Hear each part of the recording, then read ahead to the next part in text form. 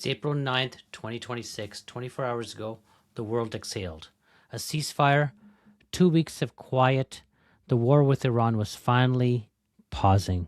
Except it wasn't, and I could have predicted this.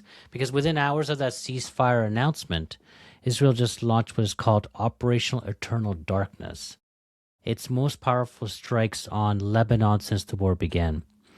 And we could totally have predicted that because they weren't going to stop.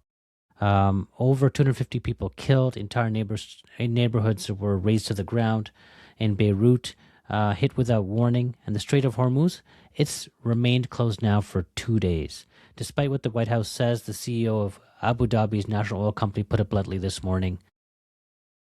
The Strait of Hormuz is not open. Access is restricted. Conditioned and controlled. 4 cargo ships went through yesterday, and normally we get about 130 per day. So effectively closed, and whatever they were telling you that it's going to open is not true. There are 800 tankers still trapped in the Persian Gulf. Oil is back over $100 a barrel, not anywhere near the 120, but I'm sure it's going to get there over the next couple of days. So here's the question that no one on the cable news is asking. Is this a ceasefire actually a ceasefire? Or is it something else entirely, a moment where the game board just got rearranged and Iran walked away holding more cards than when the shooting started? That's where we're breaking down today. And we're going to learn from game theory concept that explain exactly why this ceasefire was always going to be an illusion. And it's called the credible commitment problem. So welcome to the Geopolitics Game Theory. I'm your host, Dr. Sanjeev Goel. In this show, where we use game theory, the mathematics of strategic decision-making, to cut through the bullshit, the noise of geopolitics, and figure out what's actually happening behind the headlines. So if you're not familiar with the background, here's a short version. About, 40 days ago, February 28, 2026, the United States and Israel launched Operation Epic Fury. It could be Epstein Fury for all we know. Coordinated strikes on Iran targeting military facilities, nuclear sites, and leadership. The operation killed the Iran's supreme leader, Ayatollah Khamenei, on day one, as well as his family. The strategy was shock and awe, decapitate the regime, overwhelm the defenses, and wait for the Iranian people to rise up. Mission accomplished. Well, that was the plan, and none of that happened. So, surprise. Iran didn't collapse. It retaliated. It closed the Strait of Hormuz, where over 20% of the global oil flows through. And it launched missiles at the U.S. partners in the region, the Gulf states, as well as it activated Hezbollah. It activated the Houthis in Yemen. And 40 days later, America found itself trapped in exactly the kind of protracted war that every Pentagon war game had predicted it would lose. And as Professor John Mersheimer put it recently, the U.S. thought it would get a quick and decisive victory, but once you end up in a war of attrition, the Iranians hold almost all of the cards. So how did we get from shock and awe to ceasefire on Iranian terms? And that's what it was. That's what it is, exactly that. A ceasefire on Iranian terms in just 40 days. And that's the game theory story, and let's break it down together. On Tuesday evening, April 8th, less than 2 hours before Trump threatened to basically erase a whole civilization, a ceasefire was announced, brokered by Pakistan. 2 weeks, Iran agreed to allow the reopening of the Strait of Hormuz, and Trump called Iran's 10-point proposal a workable basis on which to negotiate. Now, I'm not even sure. Maybe he didn't even look at these 10 points, but that's going to come back to haunt him. So now in game theory, we have a concept called signaling. A signal is an action taken not for its direct effect, but for what it communicates about your position, your capabilities, and your intentions. And you can learn more from a player's signals than from anything they actually say. Watch the signals here. They're extraordinary. Trump signals, he called it a total and complete victory. He wants this over. He's desperate. He delayed this deadline not once, not twice, but 3 times before agreeing to this pause. His body language and press appearances has shifted from bravado to visible discomfort. He looks like he's honestly sweating and confused. His economic advisors understand perfectly well that the U.S. is heading towards a cliff and taking the whole world with them. Iran signal. Iran's Supreme National Security Council called the ceasefire an enduring defeat for Washington. Iran released a 10-point plan publicly. Iran said it would manage and intelligently control the strait, not reopen it, control it. Iran didn't blink. Iran set the terms. And here's the most revealing signal of all. The White House press secretary said the original 10-point plan was literally thrown in the garbage. She said that Iran then delivered a more reasonable, entirely different plan. But Iran's parliament speaker said the 10-point plan is the plan, and that's the one that Trump called workable. So in game theory terms, we have a classic information asymmetry problem. Both sides are telling their domestic audiences completely different stories about what they agreed to, and that's not a foundation for peace. That's a ticking time bomb. So I want to walk through Iran's demands because when you lay them out, you realize this isn't a peace proposal. This is a position paper from a nation that believes it has won. Because honestly, these 10 points were the same 10 points that Iran put forward at the beginning of this war. Now, point number one, a non-aggression commitment. The U.S. must commit to a stance of non-aggression towards the Iranian regime. They just can't have the same thing happen again that happened before, where they attacked 9 months ago, they agreed to a ceasefire, and then America comes back in next year or 6 months from now and it attacks Iran again. They just can't have that. They want a non-aggression pact, and they need to make sure that it sticks. This sounds simple until you realize it would be functionally, to constrain them, it would be very difficult permanently. And like I said, there were 2 surprise attacks in less than a year. And so Iran has zero interest or reason to trust a verbal promise. And so that brings us to a central concept in game theory called the credible commitment problem. A credible commitment problem is the promise that the other side has a reason to believe you'll keep your promise. In game theory, talk is cheap. What makes a commitment credible is when breaking it would cost more than keeping it. And Iran's position is straightforward. American promises are not credible. The U.S. broke the JCPOA nuclear deal in 2018. Israel launched surprise attacks during active negotiations. The only credible commitment is structural change, removing the physical capacity to attack again. And that's exactly what the remaining 9 points demand. Think about the 1973 Paris Peace Accords that ended Americans' involvement in Vietnam. The U.S. committed to a ceasefire and withdrawal, and North Vietnam committed to respect South Vietnam's sovereignty. Neither commitment was credible. Within 2 years, Saigon fell. The agreement was a face-saving exit, not a real peace. Iran has studied that history. It is not interested in the Paris Peace Accords moment. It wants structural guarantees so that this does not happen again. Point number 2. Continued Iranian control over the Strait of Hormuz. Not temporary, not shared, continued. And this is the single most consequential demand. This is what is like Iran's nuclear bomb. Iran wants to be the permanent gatekeeper of 20% of the world's oil supply, and they'll hold basically the world's economy by their balls. And right now, 40 days into this war, they already are in control, and they're not asking for something new. They're asking for the U.S. to basically ratify reality that's already occurring on the ground. Point number 3, 4, and 5. Lifting all primary and secondary sanctions, all of them. This means unwinding decades of economic warfare, unfreezing assets, removing every financial restriction. And for Iran, sanctions are the economic equivalent of a siege. They're not negotiating for relief. They're basically just demanding the siege to be lifted permanently. Point 6 and 7, termination of all UN Security Council and IAEA Board of Governors resolutions against Iran. It's institutional. Iran wants to be removed from the international penalty box entirely and permanently. No more nuclear watchdog restrictions. And here's what gets explosive. The Farsi version of the plan includes acceptance of enrichment. Iran's right to enrich uranium. This is what we were supposed to be going in there. America was supposed to go in there to stop this. And basically, they made a part of the agreement and the proposal that they should be allowed to enrich uranium. Trump has already said publicly there will be no enrichment of uranium, but Iran's parliament speaker says enrichment is in clause 6 and it's already been violated. Day one of the ceasefire, and they're already disagreeing on what was agreed to.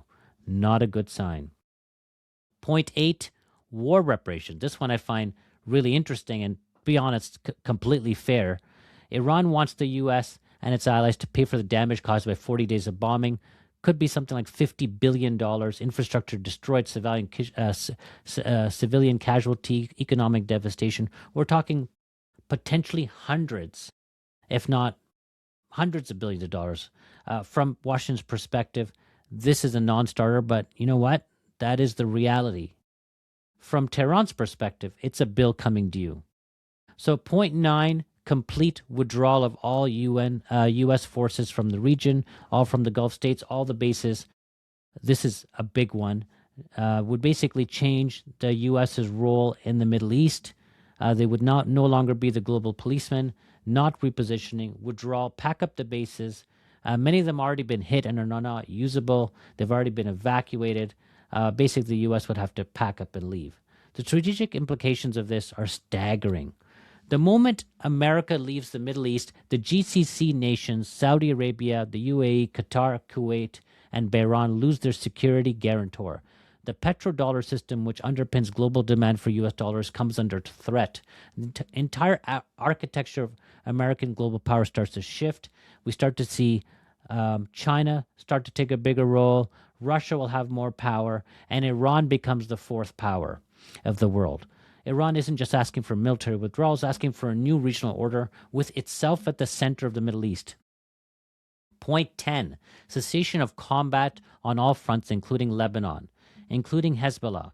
And this is where the whole thing blew up within hours because Israel is also involved in this game. And in game theory, there's a well-known concept called the spoiler problem. In any negotiation between two parties, there's often a third actor who benefits from this deal failing. And that actor is Israel. That actor has every incentive to sabotage the process. They're the spoiler. After the hours after the ceasefire was announced, Israel launched Operation Eternal Darkness, 100 airstrikes in 10 minutes. Central Beirut, residential neighborhoods, no warning, over 250 people killed, more than 1,000 wounded. A funeral in the Bekaa Valley was struck. An ambulance near Tyre was hit. Hospitals in Beirut were flooded with casualties. The Belgian foreign minister, who was in Beirut at the time, said Israeli missiles struck a few hundred meters from where he was standing. Netanyahu's office explicitly stated Lebanon is not part of the ceasefire. Trump backed this up. Vance just backed it up. Pakistan's prime minister, the mediator who broke the deal, had announced the ceasefire included Lebanon. Iran said it included Lebanon. France said it included Lebanon. The EU said it included Lebanon.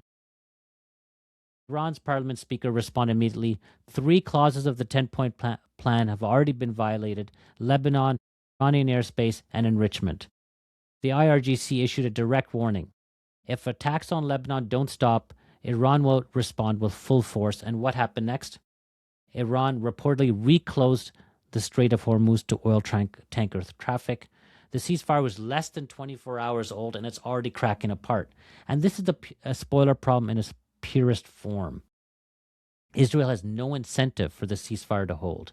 Israel has lobbied for war with Iran for decades now. And if the U.S. makes a deal with Iran, any deal, Israel's strategic position weakens. So Israel acts as the spoiler, launching attacks that it knows will provoke Iran into re-escalating, which forces the U.S. to choose between its ceasefire and its alliance with Israel. And so I think that's the bigger point that needs to be addressed here, is that the U.S. needs to reevaluate its relationship with Israel if it wants to get to some meaningful ceasefire with Iran. And that choice, that impossible binary choice, is the trap within the trap. Now let's talk about what's actually driving everything behind the scenes. Oil. Like I said, the Strait of Hormuz is like Iran's nuclear bomb. Before this war, Brent crude was around $65 to $70 a barrel. And as I'm recording this, it's back up about over 100 and rising. It hit $119 during the worst of the crisis last week.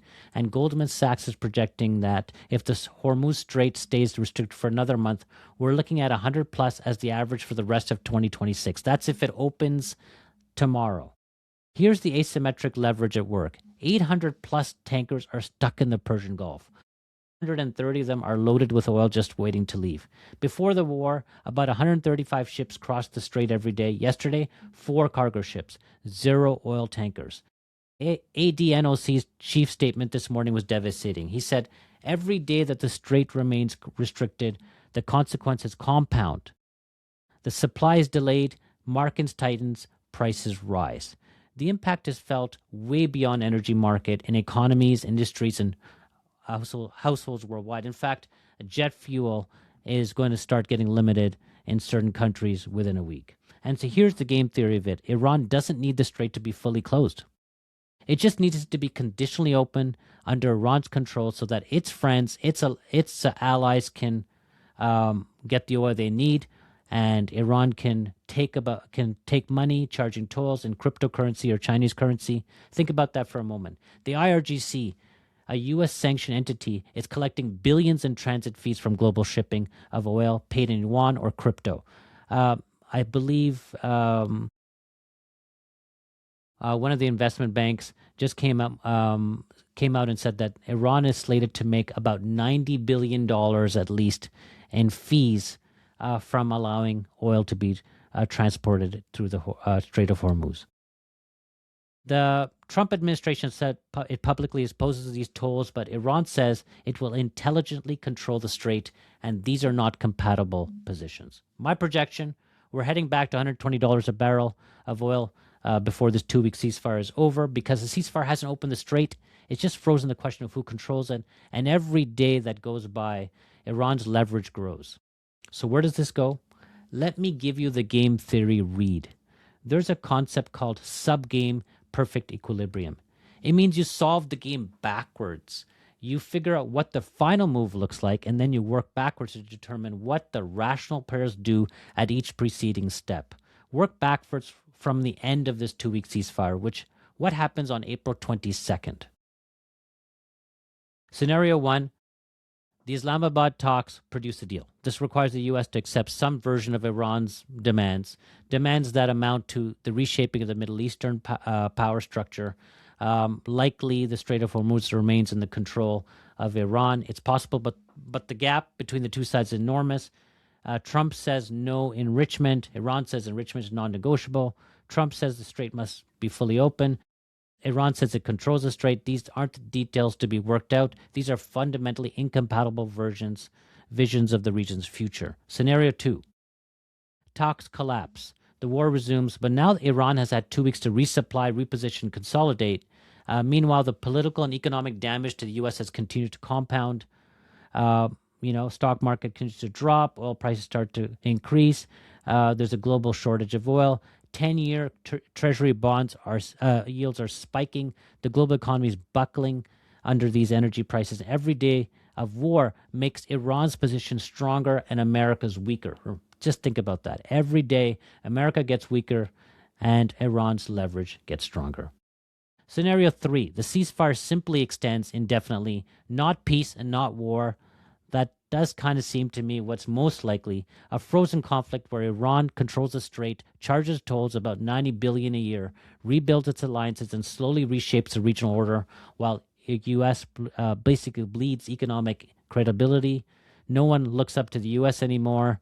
And basically in all 3 scenarios, Iran emerges from this war stronger than when it started. This is the fundamental strategic reality that no amount of total and complete victory rhetoric can obscure. Iran walked into this war with a sanctioned, contained economy and a nuclear program under international pressure.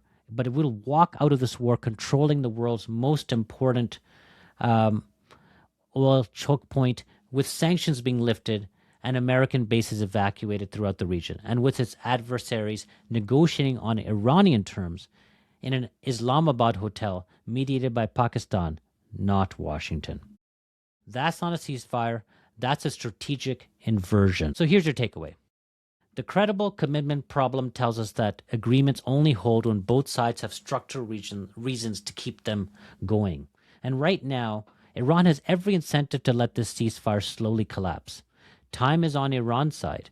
The longer this drags out, the more economic pain accumulates for the U.S. and the global economy, and the stronger Iran's negotiating position becomes. And Israel's the spoiler in this game, has every incentive for this ceasefire to fall apart because a deal between the U.S. and Iran is Israel's strategic nightmare. So watch the Strait, watch the oil price, watch what Israel does in Lebanon over the next 48 hours. That will tell you everything you need to know about whether this ceasefire was ever real and whether there's any chance of it holding, or whether it was just an illusion. So if you found this analysis useful, subscribe to the channel, share with your friends, those who are interested in understanding how game theory basically predicts human behavior, and there's no better way for that to be relevant here than in this crisis that we're at. So I'm your host at Geopolitics Game Theory, Dr. Goel. Stay analytical, and I'll see you next time.